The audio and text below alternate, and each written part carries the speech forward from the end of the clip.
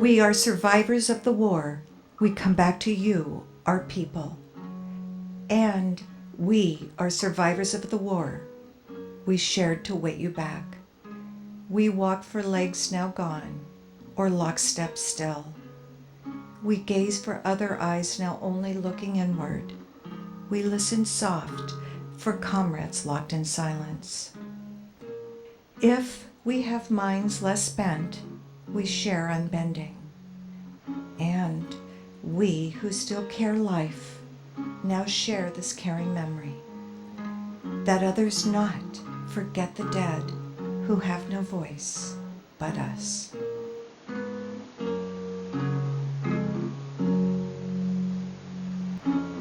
Thank you for coming along with us on this journey. We are re-editing this series of interviews with Malcolm Brown because he passed recently, and it's too valuable to lose the lesson of a member of the greatest generation, his effect on his grandson, his effect on his great-grandson. A special salute to you out there, Larry, and your family.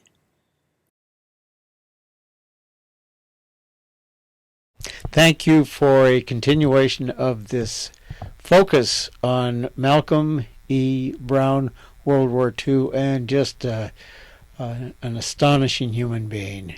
This is one of a series, and you're welcome to this part. Watch, give us a call if you want. And go ahead and ask the question again. Oh, here we are back again, and we're going to ask some profound questions like, what was my last question? That's your mind. That's your problem.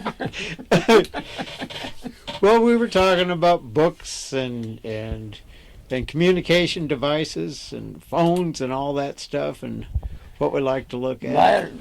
I always look at the library to buy some books. They have things. I've always been buying books, and I still use a lot of books. And of course, I get a lot of those word search and things like that, and work them and makes your mind work to find out all this stuff. And of course, then you come in with a bunch of them don't have any vowels in there when you get that thing. You got to fix it, and then it gets to where you know where it's at. And you can have the first thing you know, you can start looking for certain things, and it just tells you what to do. So, what time on an average day? What time do you get up in the morning? Oh, someplace between 4:30, 5 o'clock, or 6. Most early, I don't know. I go to bed sometimes when it's dark now. So, what I'm going to do is pass this microphone, back to your grandson, so he can kind of wind up some thoughts we're having, because I don't want to stretch this out, wear you out. If you think of some things, you can give us a call and we'll come back with a camera and interview. You're a good man, which is, it's demonstrated, but you're also you're a whole, it's like reading a book listening to you. You got a whole lot of life lived.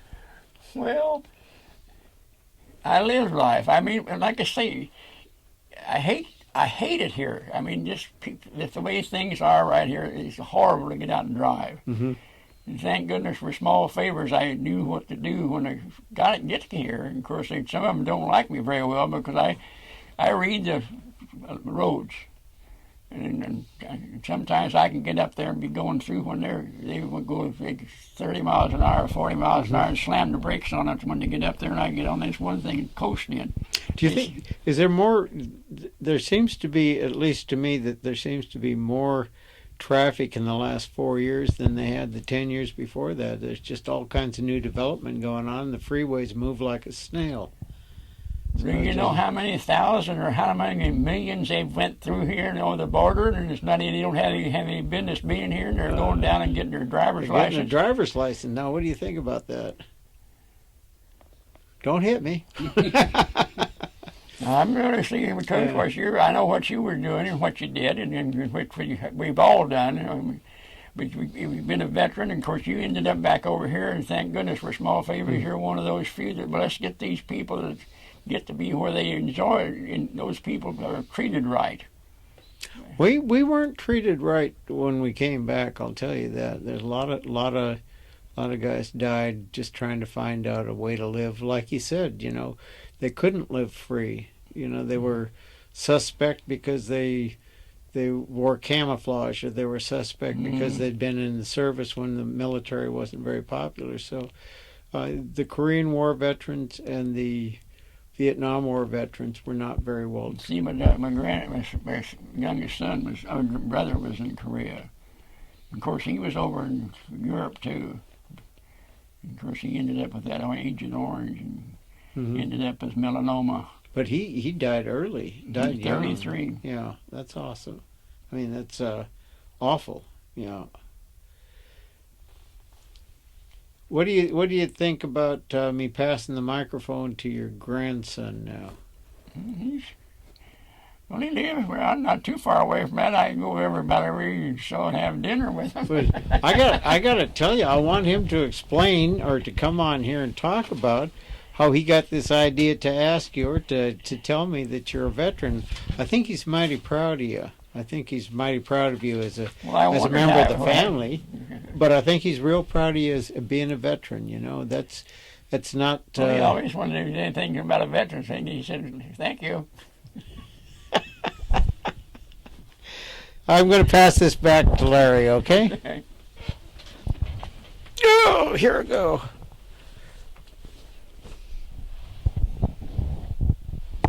That boy sure is tall, huh? Well, I used to be 6'2". You did? Yeah. I think you're a little bit shorter than that now. Yeah, but not quite 6. Yeah. You're going to do the wrap up then, Larry. Just say him back again. La-di-da. I'm Larry Morgan. I'm back again. I like to wrap it up with my grandfather, Malcolm.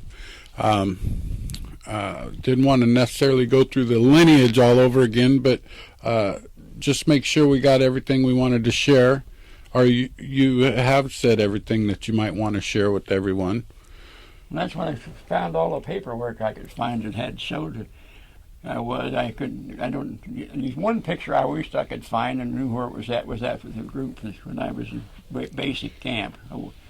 But I don't have that. I got it here someplace, but I don't know where. Okay, if you find it in the next week, or two, we can insert that. We can just take it on your phone and then send it in, and we can add it to the tape. These things are like little magic boxes. You know, we just get any pictures that you come across, you get it to your grandson, and he can have his son, your great grandson, teach him how to send pictures. Of course, that's one thing about me as far as I'm not too much in pictures. I mean, taking pictures. Yeah. I mean, when I that's like when I had a picture of wondering where my wife, when after we went to didn't even have a picture of her, and I had to go out and made one and got it. Yeah. And of course, I'm proud of it. Of course, I finally found a woman that found it out there to Whitey and knew what to do about it. So she made a good thing, and I got a good frame on it. And that's all I got. I haven't got a picture of her as per se, like album-wise.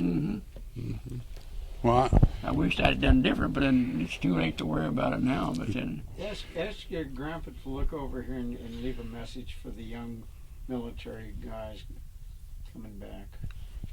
Grandpa, you want to look over at the camera and share with the new enlistees? New enlistees? What you mean? Somebody signing up for the military. No, I don't think I'm too interested in that. And then maybe I'm just the point of an old soldier saying hi to the young soldiers. Would you like to welcome the new enlistees? Or just the new veterans? New veterans, those returning. Well, I think they're getting more raw, you might say, than we did, because we had one thing in purpose, and that was what we did when we had the World War II. And of course, now they go over and fight for somebody else, even try to kill them. That's my thoughts anyway. I'm pretty sure you would be the one clapping when they came home. You don't see a whole lot of that anymore. I'm sure you would be one that did. Of course, I more or less just kind of dropped my veteran part when I come home. Yeah. I didn't pay any attention to being a veteran. I just like I told you, I just got that card just recently Yeah. because I didn't figure I needed anything like that. Of course, I didn't get anything. I went in, took off some money, but of course, then I finally had to fed up and went to work because I needed some money. Then I got married. When I found out there was a service like this for the veterans, and I know how much you like to get out and help or be a part of the community and pull everybody together and be one. I took this opportunity to help you be able to share yourself in your own home where you don't have to get out, because I know how it is and how we learn to adjust to our surroundings, and that our surroundings outreach us in age as far as us trying to keep up. Like with you, a flip phone is enough. Yeah. And with my generation, we have to have the handheld computer. And with Mason's age, they're going to have everything right on their watch, right? Yeah, they're talking about them now. Big, so big they can't even handle them. Yeah. So they're gonna, either run around with the screen in front of their face or a screen that they can't see or pay attention to. So it's hard to be a part of. But I wanted to bring you into into somewhere where you could share openly to a lot. And I'd like to wrap up now. And thank you for sharing your time with us. And have a good evening.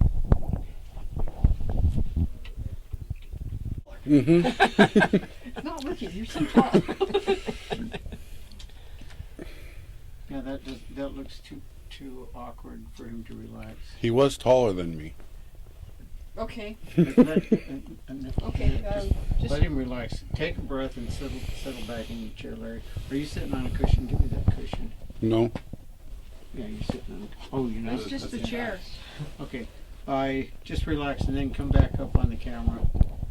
You still got it rolling? It's still going. Just fake a smile and say that you're back and you're talking with your grandpa about a couple of things. All right. My name's Larry Morgan. I'm back and with my grandfather, Malcolm Brown.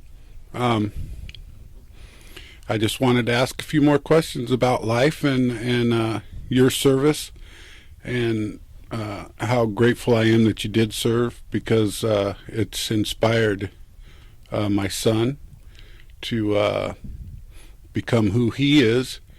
And even though we keep our lives out of the military front lines, we still like to be in support our troops and our veterans. We just try to do it in other ways, and this is one way that I feel my grandfather can still serve, because he loves to be a part of and serve. So back to my grandfather. Papa, I didn't really have any more questions. I didn't want you to share any more than you wanted to share, but is there something that you haven't shared that you'd like to? Well, I don't know of anything that I done that I didn't like to do or shouldn't do. But then, any ideas you might be something that I could answer? So you came to California in 54? 59. Well, let's go back to the service. So you enlisted after December? You mean in service? Yes. Well, I don't know. Well, we didn't exactly enlist. We was you and you. You were enlisted after the war began? Mm-hmm. I think so. After the bomb in Hiroshima, prior to the bomb? Well, I don't know. We went down to Fort Benjamin, and we had in there guys. He was lined up, and they was all going in and taking tests and they was taking for how good you were, make sure you could go into service. And found all the ones that had odds and ends and colorblind and etc. Of course, if one of them I went with, and he passed and everything, but he went to Seabees because they didn't put him in, he wouldn't go in the Army because he was colorblind. So he went to Seabees and went in some kind of a construction business. Mm-hmm. So he at least was interested in and knew how to work with that, and so he went on to that part of it. I just went into the service, and then, of course, I was the Army. Some of them went on in the sailors, but I wouldn't have stayed on board ship any longer than I did, and have to stay that way and live that way. I wouldn't want to be any part of it. And of course, and some of them went that way, and some people got airplanes. And of course, there's 3 or 4 of those that I was in service with. They lost the planes they was in, so it got shot down. So I was lucky, I guess, on all of that, because I was meant to be something else, I guess. I don't know what else call it or refer to it. I do. I know what you're meant for. I work with a lot of Seabees, retired Seabees, Yeah. even though I'm not enlisted, and I understand your viewpoint on Seabees, and they're kind of like you are. They had their own piece of equipment, and they were their own man, and they were loners, and they and I work hard, and they work hard with me, and I enjoy the fact that I have a little bit of background as far as discipline goes to be able to serve with them. Even I'm not in service, but Yeah. we are of service still. Well, really have to be something along that line. If you can help them out too, as well as that, well, then they'd probably work with you. Yeah. Now we know war now. So much more information on war now in this era than you had. Did you know what the specifics of your war were prior to your deployment? No. Just went into what. I don't know how. I don't remember why I got into the MPs, but I got into that when I got over there because I took a coast out here on Watsonville, where they had where I went to had service at, and come out of that and went overseas, and I went into the. Your boot camp was Concord? You were at boot camp at the base in Concord? What is Watsonville? Watsonville, yeah. Mm-hmm. Here in California. Mm-hmm. I can't remember Fort Knox, I think it was. It was a big one. Of course, it's gone now. They're all gone. Where I was at, it's all gone because I went down there one time to see what it looked like, but there wasn't nothing there anymore. Yeah. Of course, we all had a chance when we had a pass if we wanted to work, because there was always work to do on the outside, picking stuff and doing odds and ends. Mm-hmm. You know, of course, now they have to pick certain ones, so they got a lot of equipment they have to take care of now. If you go to the way country is, it's very discouraging, because back there in Indiana, I don't know if you're interested or not, but I am. Back when we was farmers, people were farmers back there. They had acreages, and back there, when you go out to some of those places, there's no fences anymore. You can look for a mile, and that's soybeans. You drive down the road and you look up, and that's miles of corn. And then every once in a while, you see a field of oats, and then you see a field of white wheat. But there's miles, and they go in there with $4 or $5 million pieces of equipment to put the crops in. Mm-hmm. Because an average person cannot be a farmer. He has to be a big corporation. Yes. That's what it amounts to. Because you can't. One average individual, he'd be lucky to even be able to buy some of these tractors and everything they have to buy. Use. You would have to have corporate money. Mm-hmm. Can I ask if you were scared when you were when you were promoted to the military? No. No. I wasn't. I don't believe I was scared a bit. It was one of those things that I was going in the service, and that's what we was going in the service for, was to make it a nice place to live in. And at that particular time was over, well, it is, but it's sure not that good now. I'm sorry to say. Well, I don't appreciate what's there, but not much I can do about it. Because I was 90 days down, and that ruined me. And then I can't get my arms up. I need to have both knees worked on, both shoulders worked on. They will not touch me with none of it. And this shoulder goes out of socket. when you during the time that you served, we're definitely a more hands-on nation than we are now, as far as physical and brute strength to get us where we needed to be. And now we use a computer to estimate where we're going and how that's going to work out for us. So you feel that it's better to work hard, or it's better to do something with it instead of getting in the thing and put it into the computer to get it done, because you aren't able to figure out what that is with the computer. But if you're working on it, you find out where this nut's wrong, or this thing is right, or you actually get into the. I enjoyed it because I got into the business itself. That's like that plumbing shop I worked in. We built stuff and we actually made stuff, and that's all we done. We never lost any time to work or anything. It was always right there because things to be done and made. I like the hands-on lessons that I've learned with you. It's just wonderful. Back then, I look at it, and of course, when we had a car and everything like that, and it was just free. We were free. Taxes weren't anything to amount to anything. Batteries running low, so say a word that we'll be back after we change batteries. We'll be back after we change batteries. Thank you. With Malcolm. Put flashers on, but all I had was, well, you see me. I wasn't too far out there. Here's a face. Here's a face. Well, I'm not telling the secret. So, Malcolm, it seems like, I don't have a microphone on, but so we can cut around this, but it seems like you're really proud of your grandson.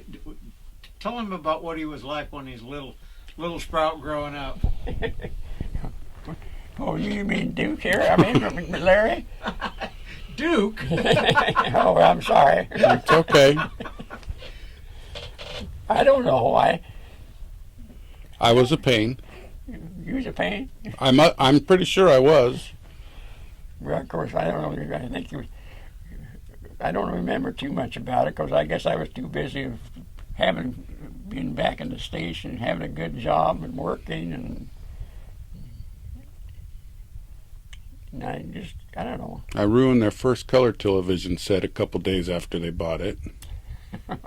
Yeah, you got in behind in there when you come in the front door there. Oh, boy, look at here. You changed all the controls on the back of that TV. Yeah. He raised me. Him and Mama made sure Mom had what she needed to take care of me. Yeah. That's what I would think would be a little bit of a burden, because you were free. You and Grandma were free, and you always took care of yourselves as free people. And I always thought I held you back because I always needed. Not that I knew that at the time, but when I realized how you took care of us later on in my life. Of course, we only had one. I mean. Yeah, you spoiled her good. I would say so, yes, Yes, to a certain extent. To an extent.